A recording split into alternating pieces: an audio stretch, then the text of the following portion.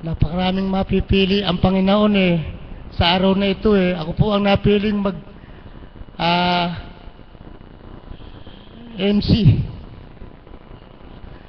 Hindi ko po masabi. MC na lang po. Opo.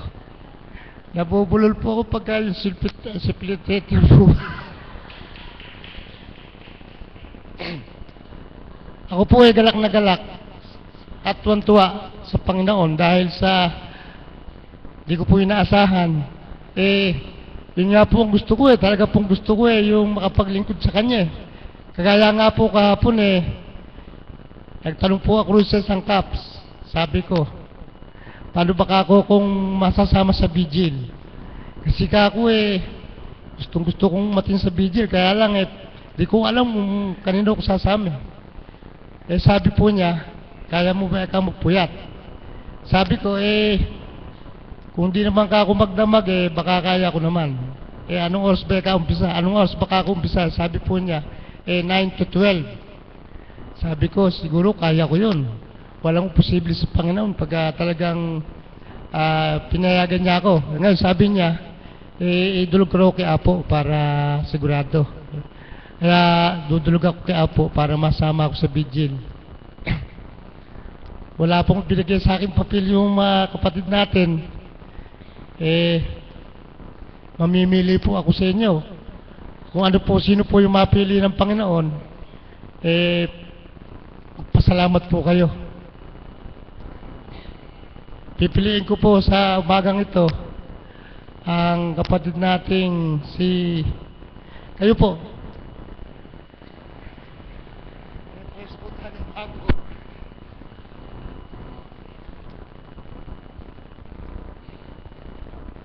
Magandang umaga po sa inyo lahat. Napili na naman po ako ngayon. Hindi ko na po yata alam kung ano sasabihin ko. Dahil po, nasabi ko na po ang pagpapasalamat ko sa kagalingan ko rito.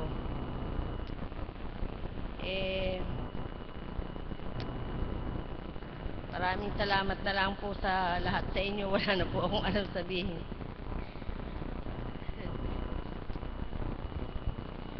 Maraming salamat po. Talaga pong ganon. Pagka po talaga pinagaling tayo ng Panginoon, talaga pong sa galak po natin, minsan hindi po tayo makapagsalita, pero alam na alam po ng Panginoon na ang puso po natin natutuwa, nagpapasalamat sa Kanya. Alam nyo po, minsan, alam nyo po, pag po kami nagpupunta ni Nana Juana rito, napag-uusapan po namin napakarami mong biyaya sa Panginoon. Ayaw pong ipagpasalamat. Sabi niya, hindi ako makapagsalita pero talagang marami akong biyaya na ipagpasalamat sa Panginoon. Siguro po, ngayon kahit lang po siguro magpasalamat lang si Inang, tatayo po rito sa harapan. Ilan po.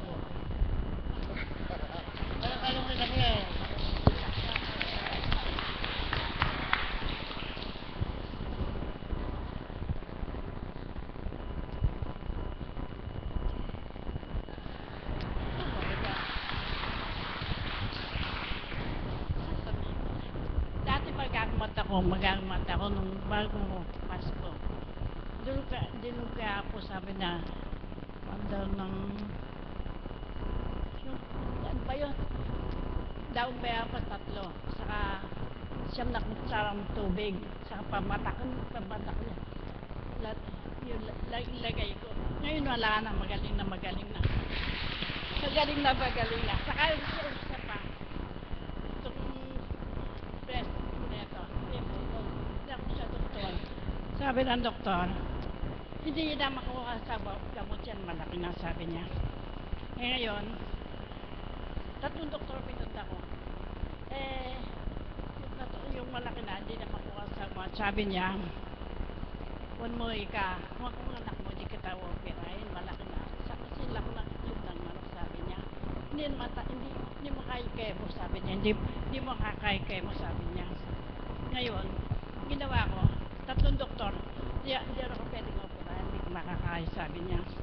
ngayon, kaya po sabi niya, po tapalamig mo. Sinapalamig mo. Nagaling na, ngayon wala. Salamat sa mana, salamat kaya. Mana.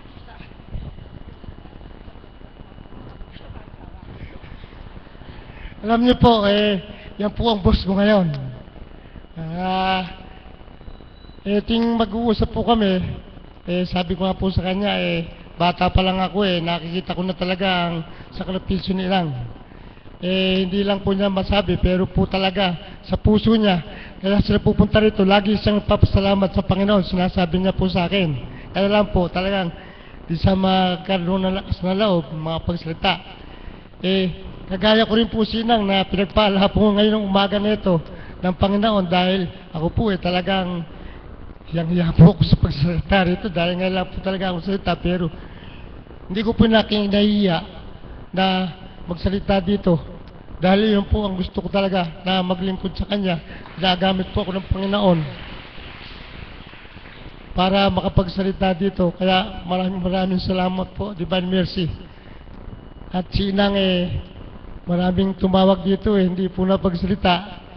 Ginamit po ako, Divine Mercy, para makapagsalita si Inang. Ang tatawagin ko pa po, siguro po yung mga hindi ko nakita talagang tumatayo rito, yun po ang tatawagin ko para po maihayag nila yung kanilang kabutihan. Sinanang. Kayo po.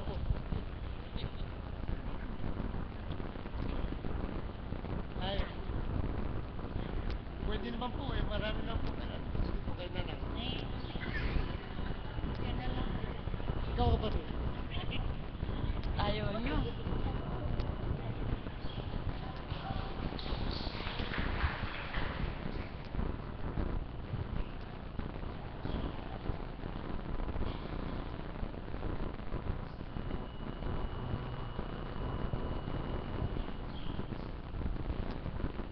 Magandang umaga po sa ating lahat, sa alagad, choir, claps, tagasunod at pasyente. Ako po yung ako po yung last chance ni kapatid Dahil yung dalawa, ayaw po nila. Ang ma-share ko po ay yung pong kahapon, nangyari kahapon, talagang napakabuti po ng Ama. Kahapon po, ala po ako, yung pong dalawang kasama ko, hindi ko alam kung pinagwelgahan ako. Hindi po sila sumama sa akin kahapon. Ngayon po, nagdaan si kapatid na Lando na taga-Dalayap, taga sa inyo. Sabi ko, kapatid, angkas mo na lang ako, wala naman akong kasabay. Bigla pong kumilos ang kalaban. Sabi po ng kalaban, huwag ka na pumunta, isa ka naman wala naman yung mga kasamahan mo. O sige, huwag mo na ako.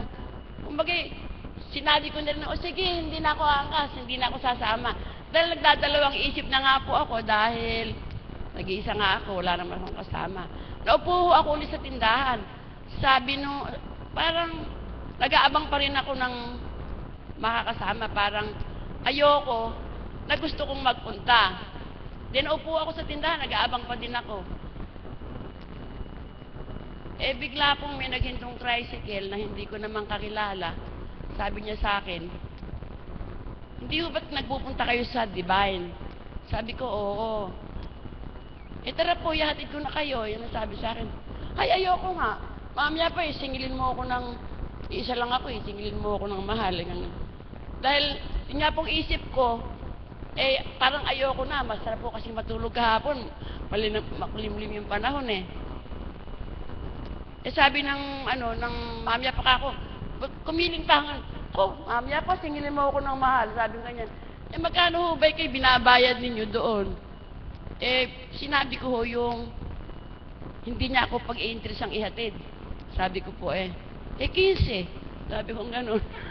Siyempre, 15 from plaza hanggang dito, wala siyang kikitain. Di po ba, mga tricycle, hindi mo naghahatid pag gano'n. Ang aba po ayaw po akong mahiwalay dito. Ayaw po niya hayaan na, hindi po niya hinayaan na ako hindi magpunta sa Dambana. Ama, salamat po. Pinagkalooban niyo po ako na makarating pa din po sa kabila ng nagkakaisip ako na huwag nang magpunta. Ayaw mo po akong bitiwan. Salamat po, Ama. Salamat. Alam niyo po yung sabi ng tricycle driver, halika na, ihahatid kita.